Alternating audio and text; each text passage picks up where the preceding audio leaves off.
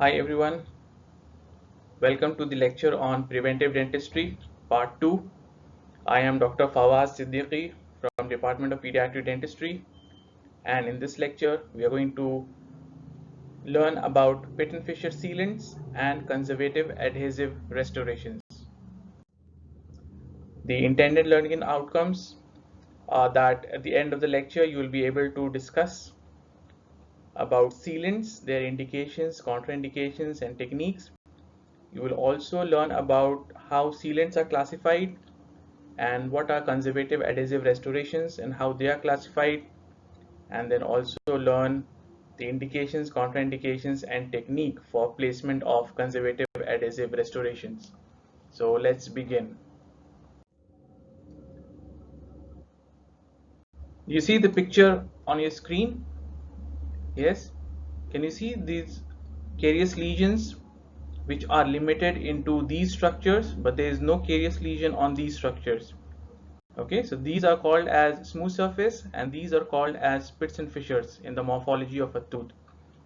So studies have shown that smooth surface caries, the incidence and prevalence of smooth surface caries have reduced over the years in population globally, but the pit and fissure caries, the prevalence and incidence of pit and fissure caries have remained the same. And the question is, why does the smooth surface caries incidence and prevalence have reduced while pit and fissure caries, the prevalence and incidence have remained the same?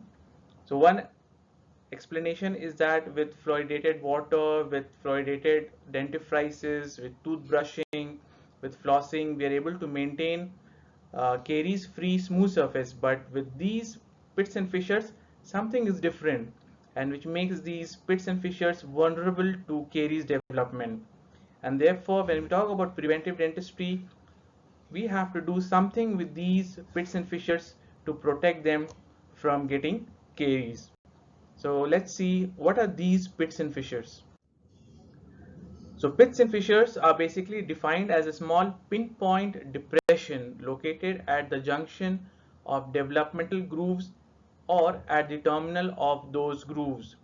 And fissures is defined as a deep cleft between the adjoining cusp of a tooth, and they provide areas for retention of caries producing agents, that is a bacterium. So if you see, the tooth develops from developmental lobes, right? And between the two developmental lobes there is a cleft.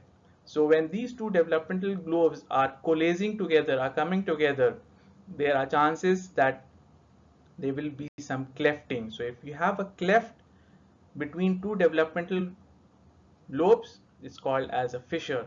And if you have a pinpoint depression, then it is called as a pit. Okay, so fissure would be a long thing, continuous thing, while pits would be a pinpoint depression. So it's very important for us to understand this. And if you see in the picture here on the bottom side, you see this is something called as a pit, or it could be a fissure because this is a cross sectional, we cannot know. And when you see, these are the bristles of toothbrush, right? And the bristles of toothbrush cannot enter these pits or fissures because they are so small. All right, and this the importance of this is that caries producing agents, that is the bacteria, can colonize these areas and stay stagnant in this area for a very long time, because they can remain there undisturbed by toothbrush or rinsing with water, and any other technique to remove them would be unfruitful. So what makes these pits and fissures so retentive? So let's look at those. So the morphology of pits and fissures was described in 1960. So what the researcher did was he took so many teeth and then he started cutting cross sections to understand the anatomy of a fissure, and a classification was put forth where they said there are basically the pits or fissures can be classified into 5: V type, U type, I type, K type, and inverted Y types, and then of course you can have combination of all these. So if you look at this picture here, this is a typical U type, right? So when I say U type, what I want you to understand is that say the anatomy, the fissure has got walls and fissure has got a neck. So if you see in this particular type, the neck is quite wide, right? So this is a U type. Then V type. So the ending is quite acute here as compared to the U type. So this is a V type. Then you have an I type. So it's quite evident that the neck of the fissure is quite narrow, and this is an I type. And this one is a K type. So it's got a narrow neck, and then at the bottom it tries to branch out. So this could be a IK type. So it basically looks like an alphabet K. So this is a horizontal one, and the K, the two horizontal one, and of course the vertical one. So this is IK. Clinically, it is very difficult to identify which type of split fissure classification a particular tooth has, right? You really have to, in a clinical scenario, extract the tooth and then slice it and then see the cross section and then say, oh, it is a U type. Okay, so this classification is based on extracted tooth, but each and every tooth in everybody's mouth will fall into one of these. And remember, we'll later discuss why it is important for us to know this. So now when we have these kind of pits and fissure caries, we must understand how the caries spreads in pits and fissures so that we understand how we can prevent it. So if you see here in the picture, all right, so this is a carious lesion which is starting from a pit. So you see the narrow end here and the broad end here, okay. So this pit and fissure caries have this classical triangle like appearance with the base on the dentine and the apex on the enamel part. So we have this narrow neck where the bacteria enters and it stagnates there, and the food which also enters through the neck gets stagnated in the pits or fissures, and then the bacteria has all the time in the world to ferment it and produce butyric acid, lactic acid, pyruvic acid, and they start demineralization. So every pit and fissure caries will have horizontal walls, okay, and a base. So when the caries starts, basically it starts on the horizontal wall, all right, and these horizontal wall, the caries extends, reach the dentine, and then in the dentine it starts spreading laterally from this side, and from this wall it starts spreading this side, and then the two sides come together, and then you have a big cavitation.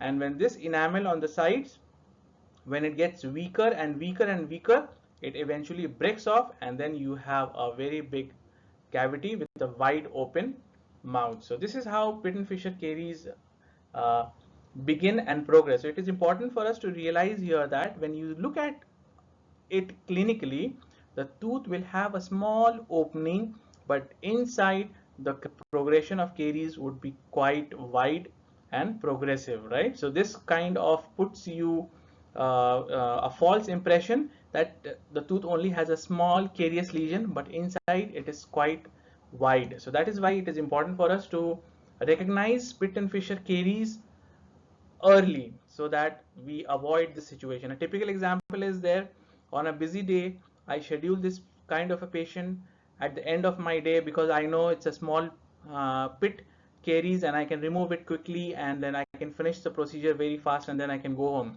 But clinically, when I sit down and when I start excavating the caries, there is a huge carious lesion under the pit, and it takes me hours to carefully excavate this, and then I realize it is very close to the pulp, and the procedure what I thought would take me about 20-25 minutes gets converted into an indirect pulp capping, and then the procedure prolongs, the appointment time prolongs, and everything goes havoc. So I'm trying to tell you that if you see a pit and fissure caries, always suspect a bigger carious lesion under it. So how do I know if there is a big carious lesion under it, or whether the pit and fissure carious lesion is contained within the walls and it has not spread? So we have different techniques. Some of them I have listed out. So first one is the tactile. So you use an explorer that I've shown in the picture here, and with the explorer you try to feel the enamel at the neck of the fissure or at the mouth of the fissure, and you try to feel for softened enamel that can be scraped off or if you can enter into the fissure, you look for softness at the base of the fissure, right? So this is the tactile sensation, tactile method. This method I have included here for your reference only. Now we are not using this tactile uh, method anymore. Okay, what we are now using is a visual method. Okay, so we dry the tooth, and then we look for opacity or loss of normal translucency, and this is typically what we use is ICDAS classification system, and ICDAS score of 1 and 2 would be an indicative that the caries is stained or there is initial decalcification, because in this situation where there is no uh, cavitation, there's only decalcification, right? So there are chances or there's an opportunity to remineralize the decalcified enamel. So if you poke your sharp explorer into this decalcified enamel, which is already weakened because of demineralization, you're going to break the enamel, and then you are going to cause etrogenic cavitation. All right, so we don't want to do that. We will take the opportunity to remineralize the demineralized enamel and thus protect the loss of tooth. Okay, so what we are now using is visual, and if you have some technology based equipments like Diagnodent, you can also use it like I have shown in the picture here. To use can use Diagnodent, which can give you a reading, and you can compare the reading with the sound tooth structure and compare and see, and then you will come to know whether there is a cavitation inside happening or whether there is carious lesion. Okay, so remember, we always first use visual or we use technology, and we don't use tactile sensation anymore because we want to protect tooth loss. So what are these sealants? So sealants are basically material, right? Sealants are basically materials. So if you look at this fissure here, right, so these are basically materials which you can put into the fissures or sealant or the pits. So here I have say fissure. So these are materials, sealants are materials which I can put into this fissure so that this fissure can be blocked off, so the bacteria cannot enter here and get stagnated, cannot colonize, or the food also cannot enter into the system, and they cannot become stagnated with the bacteria, and the caries cannot spread. So if you see here, there is some decalcification on the walls of the fissure. So these are all decalcification on the wall of the fissure, and the base is still clean and non-carious. So this is basically what are the sealants. So if you see in the picture here, the tooth had a fissure and then the sealant has been placed, and the whole area is now sealed off from bacteria entering into the fissure and from food entering the fissure. So these are basically the sealants or the dental materials with a group of called as sealants. So what sealant basically does is, basically if you seal a non-carious fissure, it becomes a primary prevention. So basically you are preventing initiation of caries, or you can use sealant as secondary prevention, where there is some decalcification, there is some demineralization, okay, but there is no cavitation, right? Only the enamel has lost its translucency, which is an indication of demineralization, that is loss of calcification. So here we try to arrest the progression of caries by placing a sealant over there, so that whatever bacteria is there, it is removed and the whole area is sealed from food stagnation and from bacterial colonization. So remember, sealant as primary prevention and sealant as secondary prevention. So it is not it's very logical to understand that if I want to put a sealant, the sealant needs to have some properties so that it can work the best, right? So first one is good viscosity. So good viscosity means it's got to have some flow, because it has to flow down through narrow necks of fissures. So it needs to have a good viscosity, a good flow. If the sealant is very viscous, it's not going to enter the narrow neck of the fissures, right? So good viscosity. Then you need to have adequate working time, right? So that you don't rush the whole procedure, especially in pediatric dentistry, where the children will be fidgety, right, restless. So we need to have adequate working time. Then we need to have rapid cure. When I say rapid cure, I am mentioning this is in reference to light cure. All right, so we are talking about command set. So once we command set light cure, the sealant, right, then we need not look at it, or we need not wait for 1 hour before we can remove a high point, because the sealant is still having chemical polymerizations, things like that. So we need to have command set. Then we need to have a good and prolonged adhesion with enamel. It goes without saying the sealant has to adhere to the enamel. So what I mean by adhere is that there are two different surfaces. Enamel has got a different histochemistry. The sealant has got a different histochemistry, and they must come together and they must have an adhesion, a good bond. If there is no good bond, then the sealant is going to break off, and your whole intent of prevention will be lost. Then we need to have low sorption and low solubility in oral fluids like saliva. So the sealant that you use must not get dissolved in saliva, right? It does not should not get dissolved in oral fluids. Then resistant to wear, that means it should be sufficiently strong to resist occlusal wear and tear, right? So if you're eating something, the sealant must have resistance to wearing off. It should, again, the point number 7 is minimum irritation to the tissue. That means it must be biologically safe for human application. And then it should have a karyostatic action. So if we can add something to a sealant which can protect the fissures from future caries, right, that would be really awesome. So these are some requisite of efficient sealant. Obviously, whatever we have in the market does not satisfy all of these, but we choose a sealant which satisfies most of these. So let's look at how can we classify sealants based on this. So sealants can be classified as polymerization method. All right, so this was self-activation. Self-activation means chemically cured. So what you did was you had a catalyst and a base paste, and then you mix them together, and then there are chemical reaction, and the whole thing gets chemically polymerized. Then it was very difficult to control the setting time here. It was very difficult to control the working time. So the manufacturers came out with light activation. So all these are light cured. So first generation with ultra white, then we had self cure, then we had visible cure, and then we have light cure, fourth generation, which are fluoride releasing sealants, right? So today we are using visible light, that is the blue light that we use.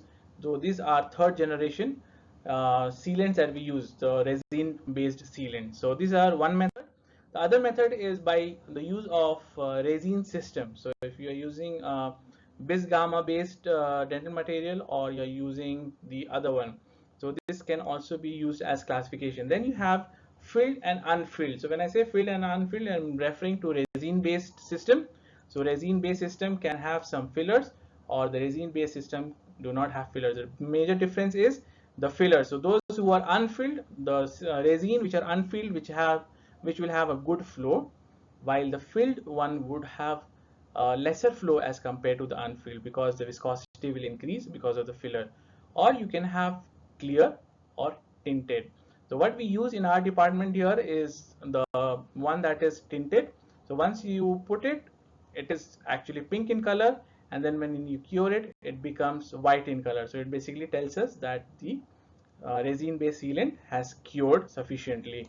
And the white color also helps us to know when the patient comes for a follow-up whether part of the sealant has broken off, or the part of the sealant is still intact. So this is some classification.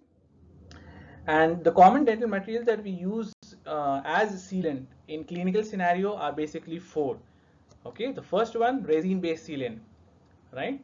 And then we have GIC based sealant, and then we have compomers, and then we have resin modified GIC. So just quickly we'll have a look at what are these. So resin based sealants are basically bis gamma or UDMA based, and then they can be what we currently use is those light cured with specific wavelengths, and the blue intensity light cured. And these sealants can be unfilled, colorless, tinted, transparent, or filled, opaque, tooth colored, or white. So what we saw was opaque filled sealer that we use in the department here, that is the Clean Pro from 3M. All right, it's just one of the sealants that we use. So these are resin based sealants. Then we have GIC sealants, and GIC sealants are basically GICs, and we use them for their fluoride release. So if you remember, when we're looking at the ideal properties of sealants, the last point was karyostatic. So GIC fits into that part because of its fluoride release.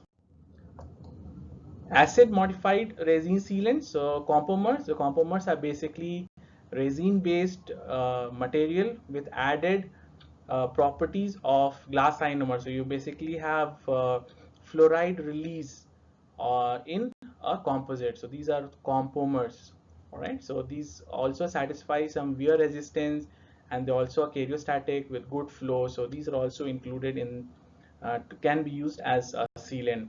Then lastly, we have resin modified glass ionomer. So these are basically glass ionomer with resin components, and this makes this glass ionomer have command set. Okay, so you can basically light cure this GIC, and they immediately polymerize, and they immediately set, and they are known for their fluoride release and then command set, and then we can have a longer working time. And because they are command set, there is less water sensitivity, because GICs are water sensitive. So these resin modified GICs, they are less sensitive to water because they have command set. So the question now arises, what kind of fissures are we supposed to seal, and what are the fissures we are not supposed to seal? So basically, what are the indications? So when you look from purely preventive dentistry point of view, all right, when you look at it from a pediatric dentist eyes, all right, the indication for sealant is you seal each and every pits and fissures that you see, right? So that is the bottom line. So if your child comes to you, he's got a tooth and you can see there are some fissures there and some pits there, seal it. Right? Now the idea behind this, or the explanation behind this, is that a child may be caries free today, right? But we do not know whether this child who is, say, having a low caries risk can get converted into a high caries risk patient after 1 month, 2 months. We never know, right? So there is some classical example that I have seen with my own eyes. Is a child has come to us and he's caries free, all right? And then we say the previous recommendation was, if the child is caries free for 1 year, you don't need to seal it. So we had a child and we saw the child, he was caries free, and then there's no caries on the permanent molars. The child was already 7-8 years old, and we said if there's no caries for 2 years, we don't need to seal it. And then the child comes back after 1 year. After 1 year, we are seeing the same permanent molar having class 1 cavities on the permanent molar, and we are surprised that how did this happen. So when we asked the parents, we found out that the child had mumps, and because of the mumps he could not open his mouth, and because he could not open his mouth he could not chew his food, and because he could not chew his food he was given a soft diet, and then slowly he got accustomed to having soft diet. All right, and then this soft diet, which is like you already know, these soft carbohydrates which are more sticky, uh, and the loss of the habit of toothbrushing, they all made him high caries risk, and the caries happened. So from pediatric dentist point of view, you seal each and everything, but theoretically, right, but theoretically any deep and retentive fissures you see with visual inspection, seal it. Any stained pits and fissures, seal it. Okay, because if this is an extrinsic stains, that means something can go there and sit in the fissure, so you seal it. No radiographic or clinical evidence of caries, right? We don't want to seal a massive caries inside from the top thinking that we have sealed it, and the carious lesion will remain, and the future it can happen, the weak enamel will fracture off, and then you can have a big cavitation. So it's always better to ensure that there's no radiographic or clinical evidence. Then the possibility of adequate isolation should be there. The resin based sealants have the best retention rate, right? Because of the micromechanical bonding with the enamel, they have best retention rate, but only problem is the isolation has to be adequate. So if you're able to maintain good isolation, then you can go ahead and do a resin based sealant. And if you cannot have a good isolation, cannot maintain a good isolation, say the child is very restless, right? So you can go ahead and do a GIC based sealant. Okay, so GIC does not require as GIC technique is not as sensitive as resin based, so you can go for GIC. Then questionable enamel caries in pits and fissures, IC-01, seal it. caries free pits and fissures, obviously because there's no radiographic clinical evidence, just seal it.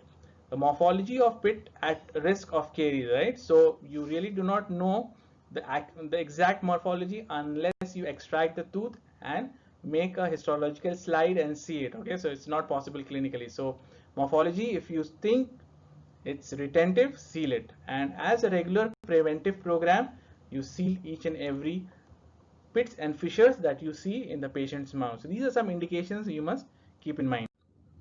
So what are the considerations? Very important is that the child should not have any interproximal caries. So if you see here, the child has got an interproximal caries, and if you seal all the pits and fissures on the occlusal surface, it may mask the interproximal caries and give you a false sense of security that you have sealed and there will be no caries in the future. So we ensure that there is no interproximal caries. The tooth is not fully erupted, like here I have shown in the picture. So this tooth has got, can you see this black brown spot here where I am pointing here, right? So in such tooth you need to take a call. You cannot do a resin based sealant because of partially erupted. There will be gingival clavicular fluid flowing from this operculum, and then you cannot really have a good isolation. So you need to take into consideration whether you can do a resin based sealant or GIC. So in this case you have to go for a GIC sealant. So when you do a GIC sealant in this particular kind of scenario, it is called as interim sealant.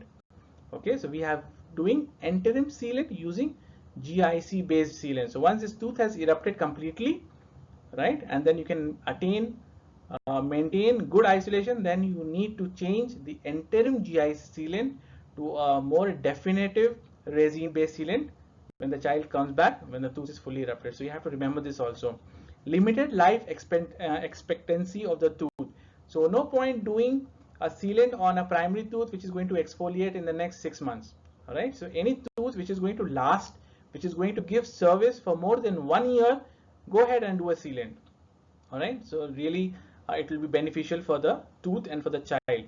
Dentinal caries, no, it's definitely you have to go, the sealant is not indicated and something else is indicated, like I told you in the title, CAR. We need to look at one of those things. So dentinal caries and lack of preventive practice. Okay, so the patient has to come back for regular follow-up. If the patient is not coming for regular follow-up, then it is essential that you seal each and every fissure in each and every tooth in the mouth, right?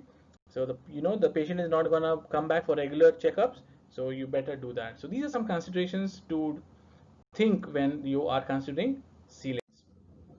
In primary tooth, the use of sealant has been limited basically because of the moisture control and because of the limited lifespan, and the occlusal morphology of the molars are not so distinct as permanent molars. So the literature says sealants are of limited use in the primary teeth.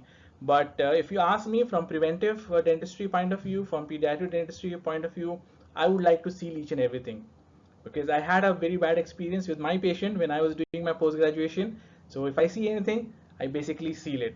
All right, so let's err on the beneficial side rather than wait and watch and maybe can have a caries. So I don't want to do that. I want to over treat especially the primary teeth rather than under treat it, because I know if the child gets caries, it becomes a lot more difficult to perform a restorative treatment. So let's do sealant for primary teeth. So it doesn't matter, the child has to come for regular follow-up, and then you check if the sealant has fractured off, you just repeat the sealant, and that way you have a regular follow-up and you protect the primary teeth.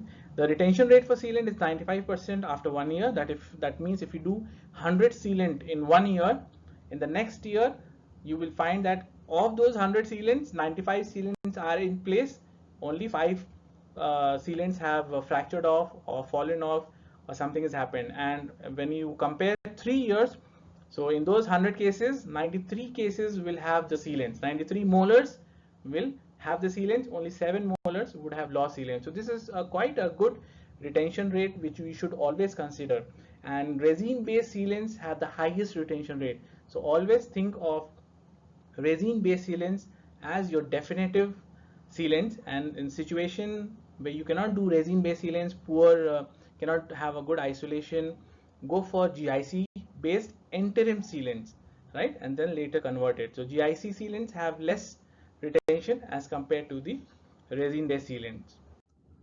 So how does sealant work? Sealant basically work as a physical barrier for sealing off, and they prevent bacteria from collecting in the pit and fissure sealants, and this is a non-invasive procedure, so you can replace the sealant as and when required. So it's really beneficial method of prevention of caries, especially in pits and fissures. The placement of sealants are technique sensitive, and the manufacturers recommends certain steps. So always, whatever sealants that you buy, read the manufacturer's instructions. It's very important, because the manufacturer has tested the material that he's providing you, and he has some recommendations that if you follow those recommendations, you get the best results out of it. All right, so always read manufacturer's instruction for all the dental materials you buy, not only for sealant but for all. All right, and when you're using resin based sealants, etching of the occlusal surface is always required, and then there are other techniques mentioned like use of bonding agents and use of dentine adhesives, as well as use of mechanical preparation of the tooth with air abrasion and enameloplasty also has to be considered. So there's a lot of research going on at the moment, and it's really difficult to say which one is the best. All right, so there are a lot of techniques available. They are almost equal in their effectiveness, so we use according to what is available to us, number one, and what can be done for the benefit of the patient the best. So how do you apply how do you apply a resin based sealant? All right, so number one is isolation. All right, so having a rubber dam isolation will give you the best result. Right, if you cannot put a rubber dam, you can use cotton rolls with saliva ejectors, high volume suction, that will also suffice. And because this is a highly sensitive procedure, you need to have regular follow-up when you do resin based sealant. So in children, it's sometimes for doing a sealant, rubber dam application may not be feasible. So cotton rolls and saliva ejectors, high volume suctions can also be used, as and has been recommended by many manufacturers. Then the tooth preparation. So tooth preparation basically means that I don't want to have any dense plaque or calculus or materia alba or in the debris where I'm going to put my sealant. Otherwise, there will not be any bonding of the sealant to the tooth because of this dense plaque. So we need to remove everything. So if you feel that scaling is required, do the scaling first. All right, and then go for the sealant application. And if you complete the scaling, then there are certain other mechanical preparations that you can do by using air abrasion or enameloplasty or fissurotomy, where you can widen the neck of the fissures. We will discuss this later when I show you a picture, so that the sealant can enter into the body of the fissure. Right, so you can do that by air abrasion or enameloplasty fissurotomy. I will see this a little later. So tooth preparation is the next step.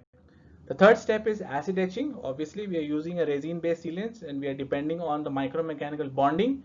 So we have to etch.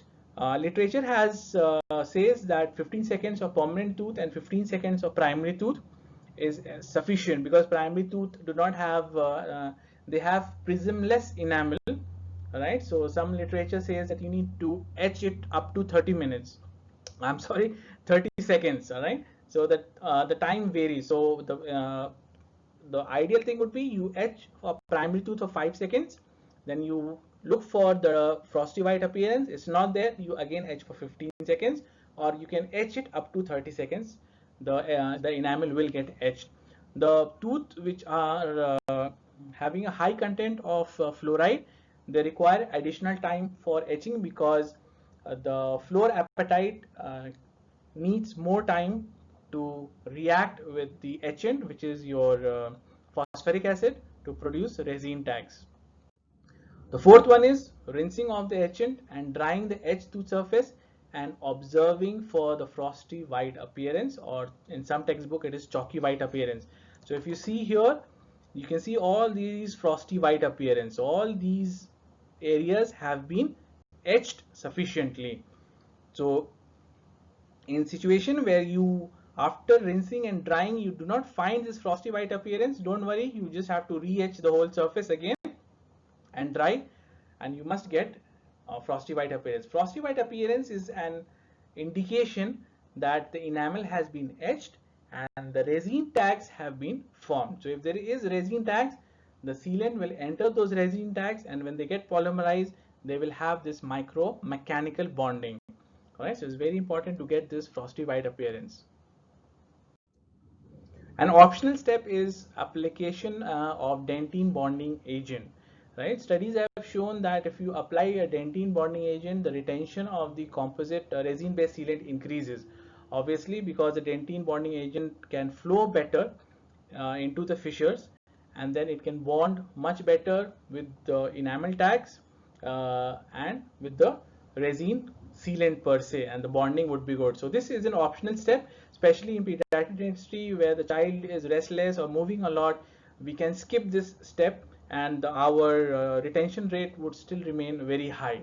Okay, so if the child is cooperative, do this step.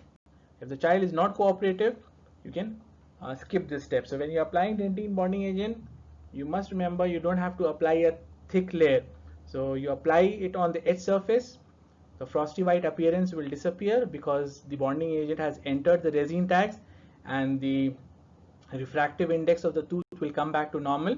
Then you need to blow thin the dentine bonding agent, right? So when we are doing our clinical preclinical exercises on extracted tooth, we will discuss this further, but you need to blow thin the dentine bonding agent so the thin layer of dentine bonding agent remains. Dentine bonding agent is basically unfilled resin, and this is a weak part in the whole sealant system, so we don't want a thick dentine bonding agent.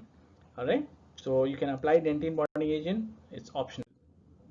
Then you apply the sealant, right? And then when you apply the sealant, you basically have to allow the sealant to flow on its own.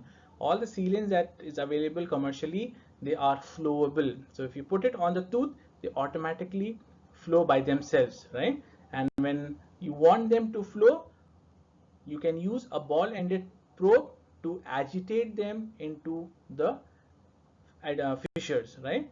One technique to bear in mind is when you are working with mandibular teeth, first apply distally and then allow it to flow mesially, right? And then include the buccal fissures in mandibular molars. Very, very important. When you're applying in maxillary, apply it mesially and allow the sealants to flow distally, right? And then you have to include the palatal fissures in maxillary molars. Very, very important. You have to apply on cuspal inclines also to seal any supplementary fissures which you cannot see by naked eye. So it's very important that you agitate the sealant on the cuspal inclines also. And then you need to cure the sealant according to manufacturer's instructions. So mostly it is 10 seconds, 15 seconds, 20 seconds, depending on what curing light unit you are using, right? So there are some units which are using halogen bulbs, they require up to 20 seconds. There's some light cure units which are using which are based on argon lasers, they just need 5 seconds. So basically have a look at your curing unit and the manufacturer's instructions. That will tell you how much time to cure. Then you need to explore the sealed surface for any pits or voids, right? So you have to run your explorer on the surface, and what you must feel is nice smooth surface. So anywhere if you find there is a roughness, all right, you apply your sealant again. Now this sealant and sealant will bond, so you don't need to do etch or bonding. Okay, then you need to evaluate the occlusion using an articulating paper to ensure that none of the sealant is on stress bearing area. So ask the patient to bite on an articulating paper. The paper will mark the areas of stress, and if the sealant is on the area of stress, the patient will tell you, I feel the sealant is high, and that area is marked with an articulating paper, and then you use your composite polishing burr to remove the sealant from that particular area. And the step number 8, the last, is periodic recall and re-evaluation. Remember, when you apply sealant, it is not one time job. All right, you need to periodically recall the patient and re-evaluate, because the sealants tend to fracture off. under masticatory stress.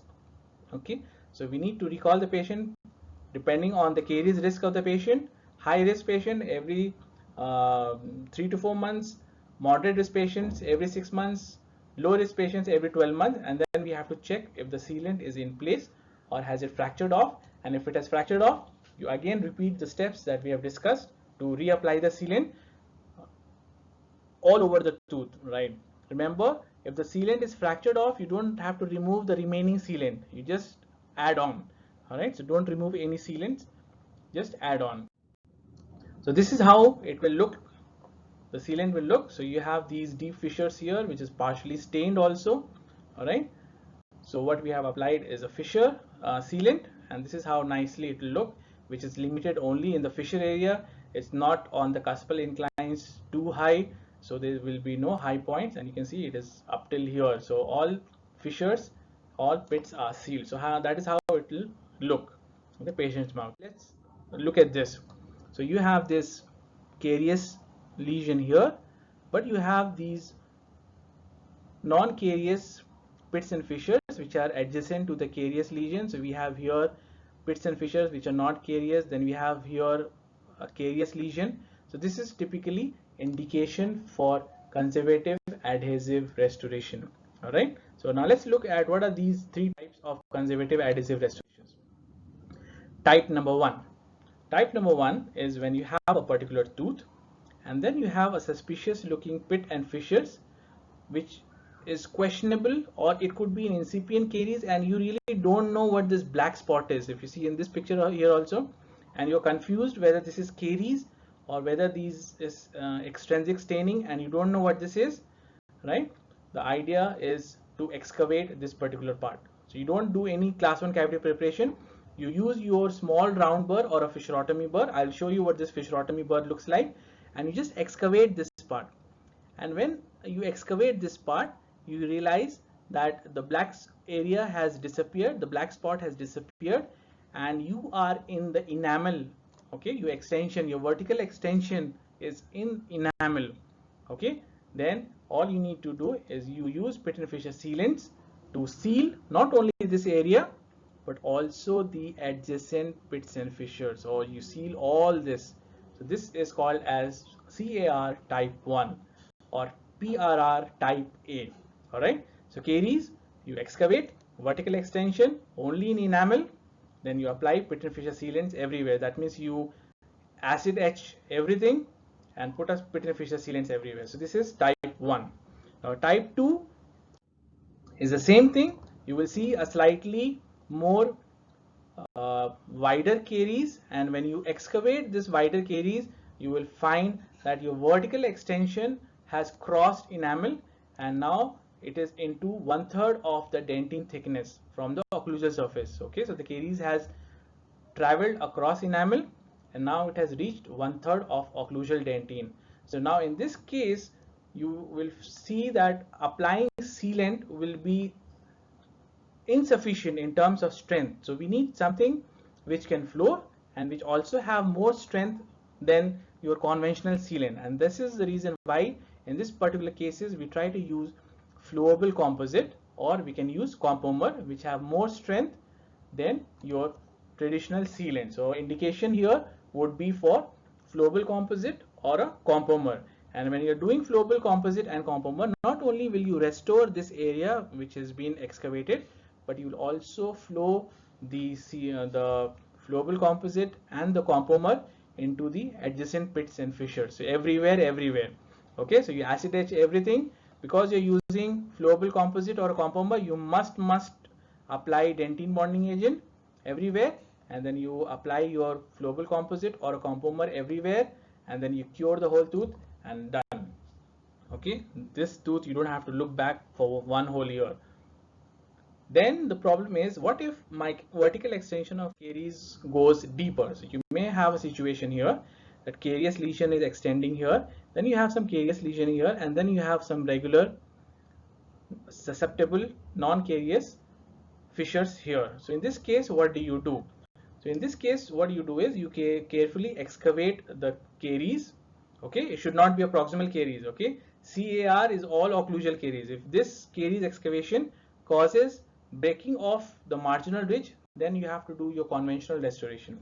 But when you're excavating, this marginal ridge is intact and there is at least 0.5 millimeter of marginal ridge, then you excavate and then you find yourself deeper into the dentine, say more than 2/3 or more than half the thickness of the dentine, right? Then we need something which is more stronger than flowable composite. And what is more stronger than flowable composite? Yes, the packable composite or the posterior composite. So you need to apply packable composite here to restore this particular area, right? And then what do you do with the adjacent? Now the packable composite will not flow at all, right? So you need something to flow here. So if this area is caries free, you use pit and fissure sealants, or if you see this area here, it's caries. So it can happen that this area is deeper dentine and this area is in the occlusal 1/3 of dentine. So what you can use in this particular scenario is flowable composite. So had this area been sound enamel, I would have used sealants. All right. So remember, for type 3, you have to use packable composite, right, along with either sealant or a flowable composite. Okay. Now, if your cavity excavation is deep, then you can also use calcium hydroxide as a liner, GIC as a base, and then packable composite, and then sealant on the sides. Okay, so this becomes really complicated in terms that you have to do a sandwich technique with a calcium hydroxide liner, okay, to protect the pulp from your restorations and from insults coming from the occlusal surface. So this is type 3. So here in this slide, I'm trying to show you, this is how a fissurotomy burr looks like. So when you use it, it cuts very conservatively and it gives a V shape to the fissure or a pit. So the pit develops a wide neck and the sealant can flow much better, or your flowable composite can flow much better. So if you look here in this clinical case, you have some stained fissures here, you have some stained fissures here, you have some stained fissures here, you have some stained fissures here. And if you ask me, I'm really confused whether this is a staining or whether this is caries. So what I'll do is I'll use my fissurotomy burr or even a small round burr and excavate only the brown part. Okay, excavate only the brown part. I'll excavate only the brown part here, only the brown part here, and then depending on my vertical depth, I'm going to take a call if I'm going to do CAR1 using sealants, or I'm going to do CAR2 using flowable composite or compomer, or I have to do CAR3 with maybe calcium hydroxide liner with GIC base with packable composite, or maybe just packable composite and then sealants to seal the adjacent pit and fissures. All right. Right, so this is a diagram just to show you how the vertical extension would look like. So this extension is only in the enamel, right? This extension has entered the dentine, so you will have a flowable composite in this particular situation. And if you have a deeper excavation, then maybe you want to use a calcium hydroxide liner or a GIC liner and a GIC base, and then a packable composite. All right. So in type 3, you have to really take a clinical judgment that calcium hydroxide liner is required or not required, or if it is not required, is GIC base required or not required, depending on how deep you are.